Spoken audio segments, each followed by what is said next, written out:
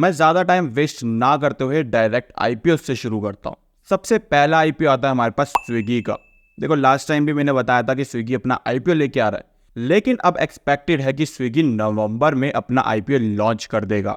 And Swiggy जैसा कि सबको पता है कि इंडिया का लीडिंग फूड डिलीवरी और ग्रोसरी डिलीवरी प्लेटफॉर्म है।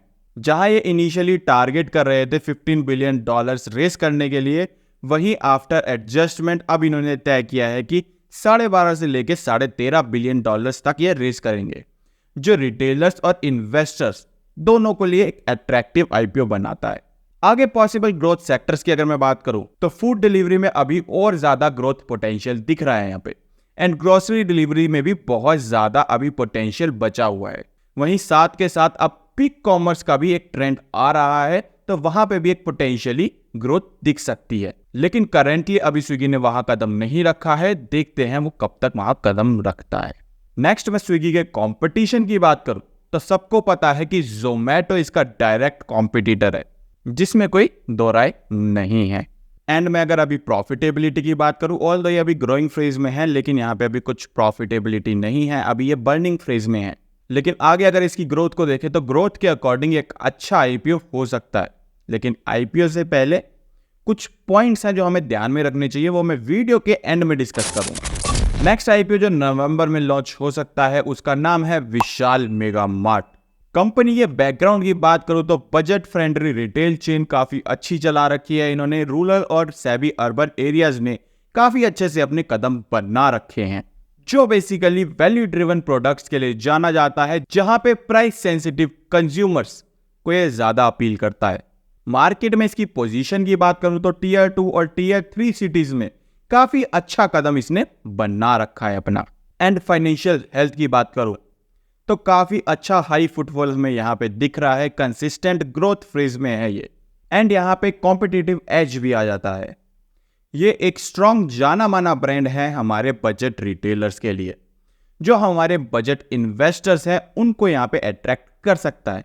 तो ये आईपीओ भी एक हमारा देखने लायक हो सकता है। नेक्स्ट आईपीओ हमारा कुछ ऐसा है जहां पे आपको अलॉटमेंट के चांसेस काफी ज्यादा होने वाले हैं। जी हाँ, मैं बात कर रहा हूं एनटीपीसी ग्रीन एनर्जी की। अब अलॉटमेंट के चांसेस ज्यादा क्यों होने वाले हैं? क्योंकि यहां पे हमें मिलता है शेयर होल्डर कोटा। अब शेयर होल्डर कोटा में कैसे अप्लाई करना है वो भी बताऊंगा, लेकिन उससे पहले बात करते हैं एनटीपीसी ग्रीन एनर्जी का बिजनेस क्या है। जैसा कि हमें नाम से ही पता चल रहा है, ये रिन्यूएबल एनर्जी में डील करती है and one of the India's largest company है ग्रीन एनर्जी के रूप में। एंड अगर ग्रोथ अपॉर्चुनिटीज की बात करें तो जैसा कि सबको पता है कि इंडिया आगे शिफ्ट कर रहा है ग्रीन एनर्जी पे, जहां पे वो और ज्यादा पॉल्यूशन नहीं करना चाहता।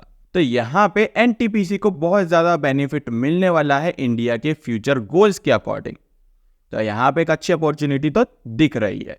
लेकिन यहां पे अगर मैं रिस्क की बात करूं तो ये बेसिकली रेगुलेटरी और पॉलिसी ड्रिवन है, जहां पे रिन्यूएबल एनर्जी प्रोजेक्ट्स मेनली मात खाते हैं लॉजिस्टिकल और फाइनेंशियल चैलेंजेस में। तो ये इसके लिए एक रिस्क हो सकता है।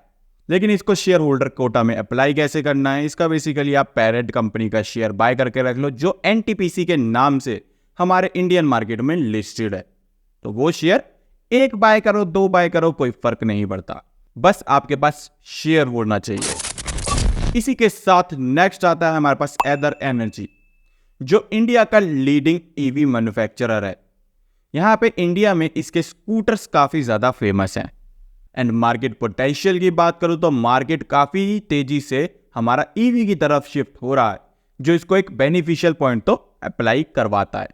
एंड यहाँ पे इनके एक्सपेंशन प्लान्स की बात करें तो प्लान कर रहे हैं अपने प्रोडक्शन में और इन्वेस्ट करने के लिए, जिससे इनकी जो डिमांड्स हैं उसको ये फुलफिल कर सकें।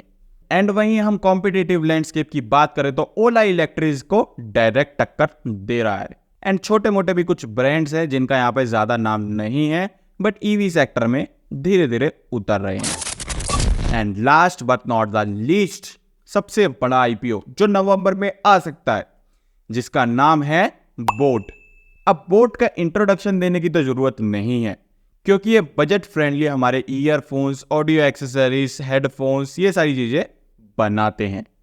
जहां पे अमन गुप्ता हमारे शार्क टैंक के सबसे बढ़िया शार्क भी रहे हैं।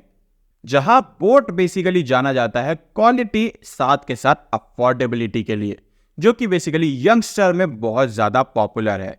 एंड अगर आपको पता हो तो शार्क टैंक में सिर्फ इकलौती ऐसी कंपनी थी जो कि प्रॉफिटेबल थी एंड साथ के साथ इनकी ग्रोथ भी चलती जा रही है। डाइवर्सिफिकेशन की बात करूं तो डाइवर्सिफिकेशन ऑलरेडी इनका शुरू हो गया है। वे वॉचेस में अब कूद चुके हैं, स्मार्ट वॉचेस इन्होंने बनाना शुरू कर दिया है, जहां पे स्मार्ट वॉचेस भी इनको काफी ज्यादा अच्छा रेवेन्यू लाके दे रही है। तो बोट के आईपीओ की तरफ हम जरूर देख सकते हैं। अब अगर बात करें इन्वेस्टर कंसिडरेशंस की कि एक इन्वेस्टर को क्या क्या चीजें कंसिडर करनी चाहिए एक आईपीओ में इन्वेस्ट करने से पहले। अब मैंने आपको ये तो बता दिया कि कौन से आईपीओ लॉन्च होने वाले हैं, बट सारी डिटेल्स हमारे पास तब आती है जब इनका प्रोस्पेक्टस आता है। तो यहां पे सबसे पहली चीज जो हमें ध्यान देनी चाहिए वो देनी चाहिए वैल्यूएशन पर, क्योंकि आप सब जानते हो कि Hyundai के साथ अभी क्या हुआ। ओवर वैल्यूएशन पर आईपीओ लेके आए थे, मैंने मना भी किया था कि आईपीओ में इन्वेस्ट मत करना, लेकिन कुछ रिटेलर्स अपने आप को ज्यादा ही समझदार बनते हैं एंड Hyundai का आईपीओ खुलते ही 10% डाउन। ठीक, तो अगर वैल्यूएशन सही होगी तो यहां पे आपको लिस्टिंग गेन मिल सकते हैं, लेकिन अगर वैल्यूएशन सही नहीं है तो आपका शेयर भी क्रैश मार सकता है। काफी आईपीओ गए हैं जिन्होंने लिस्टिंग गेन देने के बाद आज शेयर 50-50, 60-60% डाउन है। तो वैल्यूएशन देखना मत भूलना, अगर करेक्ट वैल्यूएशन है तभी अप्लाई करेंगे, नहीं तो नहीं करेंगे। इसी के साथ हम ध्यान दे सकते हैं डिमांड और सब्सक्रिप्शन लेवल्स पर। देखो, अगर किसी आईपीओ की डिमांड ज्यादा है तो वहां पे ग्रे मार्केट प्रीमियम ज्यादा होगा एंड ग्रे मार्केट प्रीमियम ज्यादा होगा तो हमारा लिस्टिंग गेन और ज्यादा हो सकता है। तो यहां पे डिमांड ज्यादा होनी चाहिए उस आईपीओ की, ओवर सब्सक्रिप्शन में जाना चाहिए। अगर अंडर सब्सक्रिप्शन में रह रहा है कोई आईपीओ तो वहां पे लिस्टिंग गेन के चांसेस ऑलरेडी कम हो जाते हैं। थर्ड, आपको बेसिकली फाइनेंशियल्स देखकर ही इन्वेस्ट करना चाहिए। अगर कंपनी के कुछ फाइनेंशियल्स खराब हैं तो वहां पे उस चीज को कंसीडर करके ही इन्वेस्ट करें, नहीं तो आपको बाद में फटका भी लग सकता है। And last but not the least, grey market premium देख के ही इन्वेस्ट करें। ग्रे मार्केट प्रीमियम आपको काफी हद तक एक आइडिया दे देता है कि लिस्टिंग गेन कितने % के आपको मिलने वाले हैं। Hyundai के केस में ग्रे मार्केट प्रीमियम बिल्कुल ही खत्म चल रहा था, जो कि हमें दिख भी गया लिस्टिंग के टाइम पे।